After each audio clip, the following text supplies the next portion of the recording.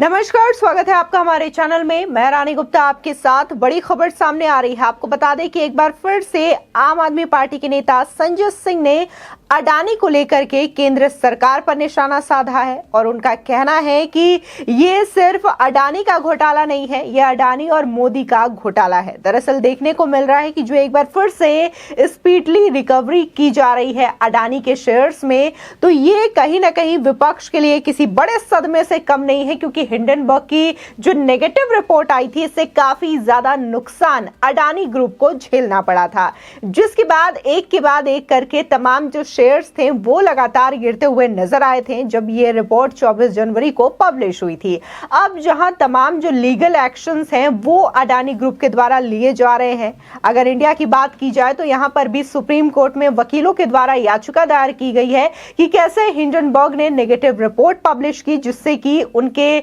मुवक्किल यानी कि अडानी ग्रुप को काफी ज्यादा लॉस हुआ। तो वहीं देखने को मिला कि अडानी ग्रुप की ओर से भी अमेरिका की जो पॉपुलर लॉ फर्म है वॉचटेल, उसको हायर किया गया है ताकि हिंडनबर्ग पर कानूनी कार्रवाई की जा सके। अब इन तमाम चीजों को लेकर के जो मार्केट है वो लगातार अडानी ग्रुप का रिकवर कर रहा है। अडानी ग्रुप के जो शेयर्स हैं वो रिकवर कर रहे हैं। इस बीच विपक्ष एक बार फिर से हमलावर नजर आ रहा है और लगातार अडानी के मुद्दे को लेकर के केंद्र सरकार पर जोड़ते हुए नजर आ रहा है। और कहीं ना कहीं जो केंद्र सरकार को लेकर के आरोप है विपक्ष का वो यही है कि अडानी ने इतना बड़ा घोटाला किया है और इसके पीछे जो मेन लीड है वो कहीं ना कहीं पीएम मोदी है, क्योंकि पीएम मोदी के संरक्षण में ही अडानी ने इतना बड़ा घोटाला को अंजाम दिया है। आपको बता दें, अगर हम बात संजय सिंह की करें तो उन्होंने एक बार फिर से एक वीडियो अपलोड किया है अपनी सोशल हैंडल पर और वहां पर जम करके आरोप लगाए हैं मोदी सरकार और अडानी ग्रुप को लेकर के।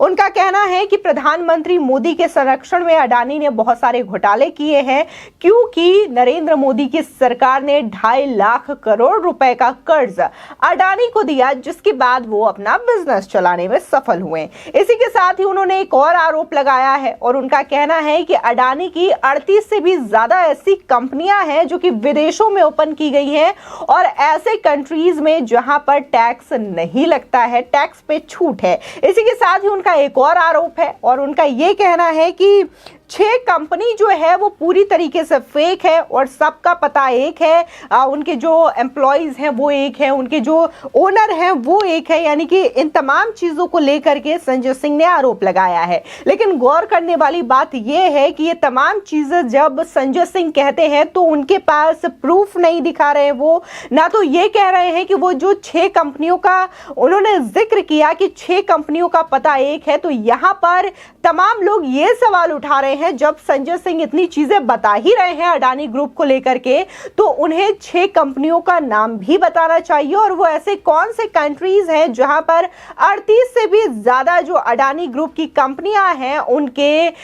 जो कंपनी है वो नेगेटिव है या फिर फेक है, इसके डिटेल्स भी बाकायदा देने चाहिए। क्योंकि अगर हम बात शराब घोटाले को लेकर के करें या फिर हवाला केस को लेकर के करें जो कि आम आदमी पार्टी पर आरोप लग रहे हैं, तो जब बीजेपी के नेताओं द्वारा ये आरोप लगाए जाते थे या फिर सीबीआई या फिर ईडी ने इसकी तफ्तीश की है, तो बाकायदा पूरी कंपनी का डेटा यहाँ पर निकला है कि आखिर वो कौन कौन से नाम थे, किन की कंपनियों के द्वारा ये चीजें की गई हैं। ऐसे तमाम चीजें सबूत रखे गए जिसके आधार पर ये गिरफ्तारियां हुई है। फिर चाहे वो सत्येंद्र जैन हो, विजय नायर हो या फिर जो अभी हाल ही में एक और गिरफ्तारी देखने को मिली है शराब घोटाले मामले में राघव रेड्डी की, तो ये भी बड़ा सवाल है कि अगर संजय सिंह ये आरोप लगा रहे हैं तो उन्हें प्रूफ भी दिखाना होगा। इसी के साथ ही वो ये भी अपील कर रहे हैं कि मैं जनता से कहूंगा कि आप सड़कों पर आए, मोदी सरकार से इस चीज को लेकर के सवाल पूछे। यानी कि कहीं ना कहीं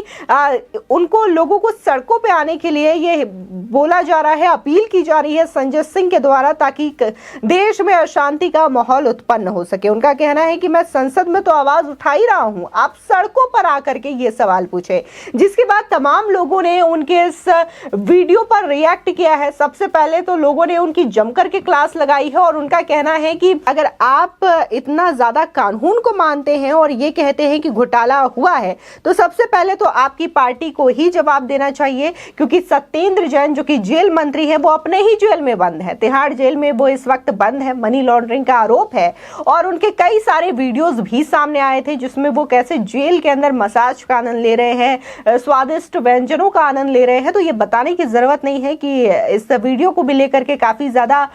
तूल और सियासत देखने को मिली थी। इसी के साथ ही दूसरी ओर बात करें तो लगातार अरविंद केजरीवाल की सरकार पर यह आरोप लग रहे हैं कि शराब घोटाला मामला जो है उसमें उनके कई लोगों को अरेस्ट किया जा चुका है और मनीष सिसोदिया भी आरोपी बताए जा रहे हैं, उनके ऊपर भी कई मामले दर्ज हैं। शराब घोटाला मामले को लेकर के उनसे भी लिंकअप जुड़ते हुए नजर आ रहे हैं। ऐसे में सबसे बड़ा जो लोगों का सवाल है वो इसी मुद्दे को लेकर के है कि आप अपनी पार्टी को लेकर के कब ये सवाल नहीं उठाते हैं, और जब उठाना चाहिए इस शराब घोटाला मामले को लेकर के प्रेस कॉन्फ्रेंस करना चाहिए या फिर इनसे जुड़े जो सवाल पूछे जाते हैं तब आप इन चीजों को लेकर के क्यों नहीं बताते। वहीं दूसरी ओर अगर हम संजय सिंह की तमाम बातों पर नजर डालें, जिस तरीके से वो बार बार ये बातें कह रहे हैं कि LIC ने अपना सारा पैसा लगा दिया है, RBI और SBI समेत तमाम जो देश भर के बैंक हैं उन्होंने भी अपना पैसा अडानी के विभिन्न कंपनीज पर लगा रखे हैं और इससे काफी ज्यादा नुकसान होगा, जिससे कि देश की जनता जो है वो सड़कों पर आ जाएगी क्योंकि उनके ही सारे पैसे हैं। ऐसे में सवाल ये उठता है कि जब LIC के द्वारा स्टेटमेंट दिया गया था, RBI के द्वारा स्टेटमेंट दिया गया था, तब संजय सिंह कहाँ थे? तब उन्होंने इस मुद्दे को लेकर के LIC से क्यों नहीं सवाल पूछा कि आखिर आप स्टेटमेंट जो बता रहे हैं उसमें कितनी सच्चाई है? क्योंकि LIC ने खुद अपना स्टेटमेंट क्लियरली पब्लिश किया था ट्विटर पर, जिसमें उन्होंने ये बताया था कि LIC का जो पैसा है वो 1% से भी कम अडानी के कंपनीज पर लगा है। साथ ही LIC का यह भी कहना है कि जो उन्होंने निवेश किया था अडानी के कंपनी में उससे उन्हें 26,000 करोड़ का प्रॉफिट हुआ है। इसी के साथ ही हम अगर RBI की बात करें या फिर SBI की बात करें तो उनका भी यही कहना है कि RBI ने भी 1% से कम का निवेश अडानी के कंपनियों में किया है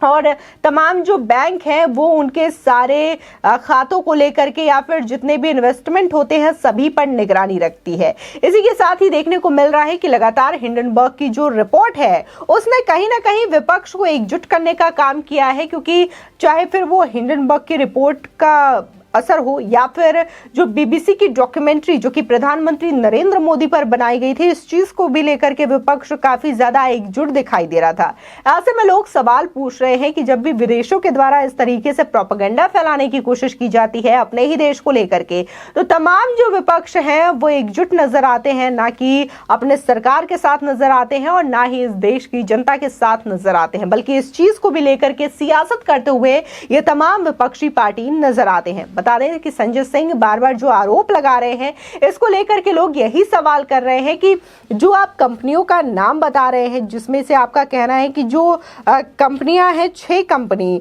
उसको करीब 42,000 करोड़ का लोन दिया गया है मोदी सरकार के द्वारा, तो इन कंपनियों का नाम क्या है और कैसे इनको लोन प्रोवाइड किया गया है? जब ये फेक कंपनियां हैं तो कैसे ये चीजें हुई हैं? तो इसके बारे में भी आप डिटेल दे, ऐसा भी लोगों का कहना है। इसी के साथ ही देखने को मिला था कि जब से हिंडनबर्ग की जो नेगेटिव रिपोर्ट आई थी तो इससे अडानी ग्रुप की कंपनियों को लेकर के और उसके तमाम जो इन्वेस्टर्स हैं उसको लेकर के NSE जो है निगरानी रख रहा था, लेकिन अब जो रिपोर्ट पॉजिटिव देखी जा रही है, शेयर्स बढ़ते हुए नजर आ रहे हैं, तो ऐसे में NSE ने भी अडानी ग्रुप की कुछ कंपनियों से अपने सर्विलांस हटा लिए हैं, यानी कि अब उन पर वो निगरानी नहीं कर रही है। तो ये कहीं ना कहीं अडानी ग्रुप के लिए भी राहत भरी खबर है, लेकिन इसके बावजूद विपक्ष जो है इस चीज को लेकर के सियासत करता हुआ नजर आ रहा है। फिलहाल इस खबर को लेकर के आपकी क्या राय है हमारे कॉमेंट सेक्शन में जरूर बताएं। आगे की और भी अपडेट के लिए चैनल को सब्सक्राइब करना ना भूलें।